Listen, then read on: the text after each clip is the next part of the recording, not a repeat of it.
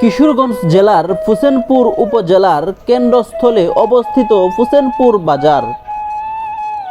দীর্ঘদিন ধরে এই বাজার আশপাশের ইউনিয়ন ও গ্রামের মানুষের জীবনযাত্রা, ব্যবসা বাণিজ্য ও অর্থনীতির সাথে নিবিড়ভাবে জড়িয়ে আছে। প্রতিদিন সকাল থেকে রাত পর্যন্ত বাজারটি থাকে সরগরম। এখানে নিত্য প্রয়োজনীয় প্রায় সব ধরনের পণ্য সহজলভ্য।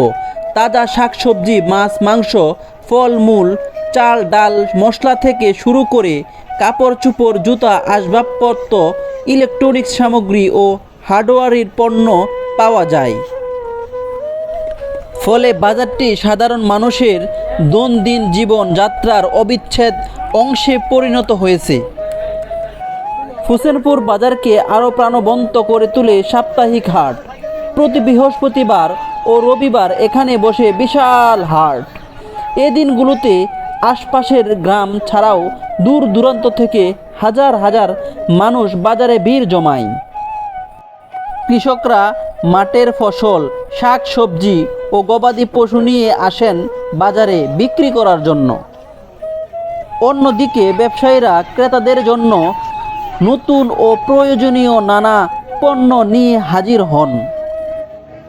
ফলে বাজারটি পরিপূর্ণ হয় ক্রেতা বিক্রেতার মিলন মেলায়।